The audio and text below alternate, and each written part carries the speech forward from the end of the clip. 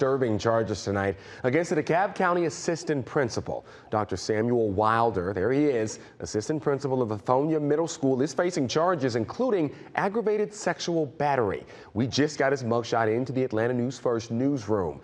Atlanta News First Carly Barnett is live outside that school tonight. So Carly, what do we know so far? Well, Alan, we did speak to the DeKalb County School District, and they did make it clear that these allegations did not involve any children. But nevertheless, they say they are taking them very seriously. The assistant principal of Lithonia Middle School is facing charges of aggravated sexual battery, aggravated sodomy, and simple battery. Samuel Wilder was arrested Thursday by DeKalb County School Police.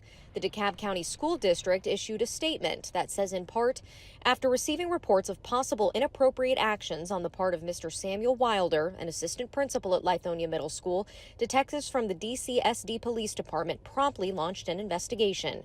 Due to the seriousness of the allegations, the district followed appropriate protocols and procedures and placed Mr. Wilder on paid administrative leave pending the outcome of the investigation, which has uncovered evidence that has led to his arrest.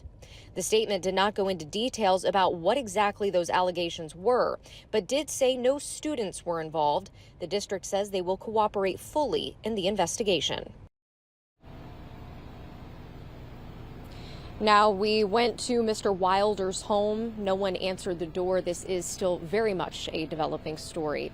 Live in Lithonia, Carly Barnett, Atlanta News First. First Alert meteorologist